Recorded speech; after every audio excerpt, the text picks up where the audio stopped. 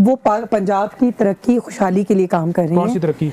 जो आपको नजर आ रही है, जिस पे हमने वोट लिया, जिस पे लोगों ने अवाम ने हमारे पे एतमाद किया, हमारे अवाम ने वोट दिया। हमारे आप बोले बोले अच्छी बात है। इंटरप्ट किया एक दफा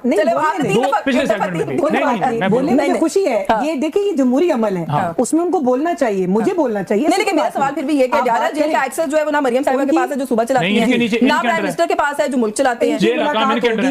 इनकी मुलाकात होगी और होनी भी चाहिए। मैंने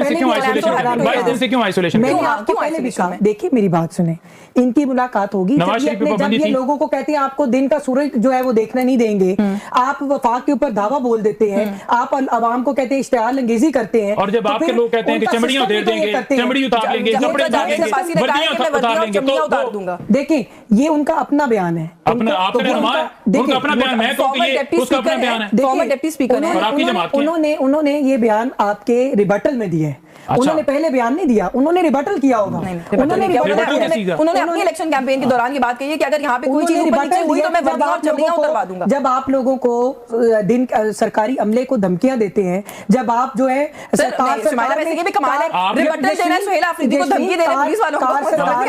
कार सरकार में जब आप मुदाखलत करते हैं तो फिर आपको को बात करनी नहीं, तो पुलिस वालों की चमड़ियां उतार देंगे। पुलिस वालों को क्यों कह रहे हैं वर्दियां चमड़ियां उतार देंगे?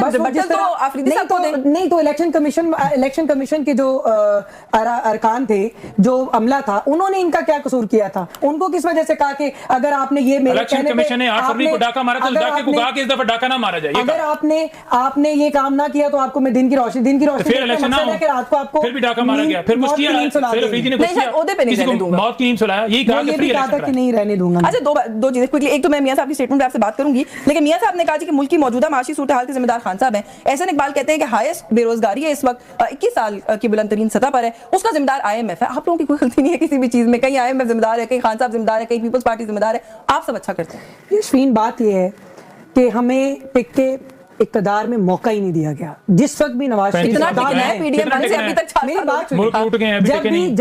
जब भी देखिए मियां मोहम्मद नवाज शरीफ का इक़्तिदार आया ना, तो उनको फिर इक़्तिदार से साइड कर दिया जाता है, साइड पे कर दिया जाता है। जब मुल्क तरक्की कर रहा होता है, आपकी मोटरवेज बन रही होती है, शायरा बन रही होती है, आपका अंधेरे से उजाले का सफर जो है वो तय हो रहा होता है, आपकी बदतरीन जो आपकी दहशतगर्दी थी, लोड शेडिंग थी, उस पे काबू पाया गया, आप पे उस पे काबू पाया गया, तो अक्सर तो काबू पाया गया, उनको आप सिस्टम से अलग कर देते हैं नवाज शरीफ साहब को, तो फिर मुल्क इसी तरह चलेगा ना। आप किसी को पूरा टेन्योर करने दें तो आप उनकी पॉलिसीज के ऊपर बात करें। हम ये समझते हैं कि जो पाकिस्तान में, मैं ये समझती हूँ कि दूध और शहद की नहरें नहीं बह रही, आज भी बेरोजगारी है,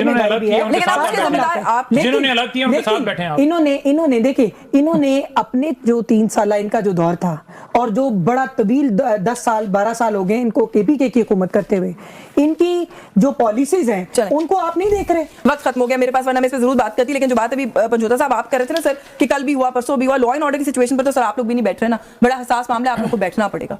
बाहर लोग इस बात का एहसास नहीं है। डॉलर था, मैं एक पॉइंट का जवाब ले सकता, मैं एक पॉइंट का जवाब गुरबत में 1 करोड़ लोग इजाफा हुआ। नहीं, मेरे पास फिगर है ना, मैं तो गैस की कीमत में 1200 आपको भी पेपर लेकिन नवाज शरीफ बोलता है, मैं फिगर दे रहा हूं, पेट्रोल में 152 से 272 रुपए इजाफा हुआ, बिजली में बिजली कीमत में 150 से 200 इजाफा हुआ, चावल में 75 से 175 इजाफा हुआ।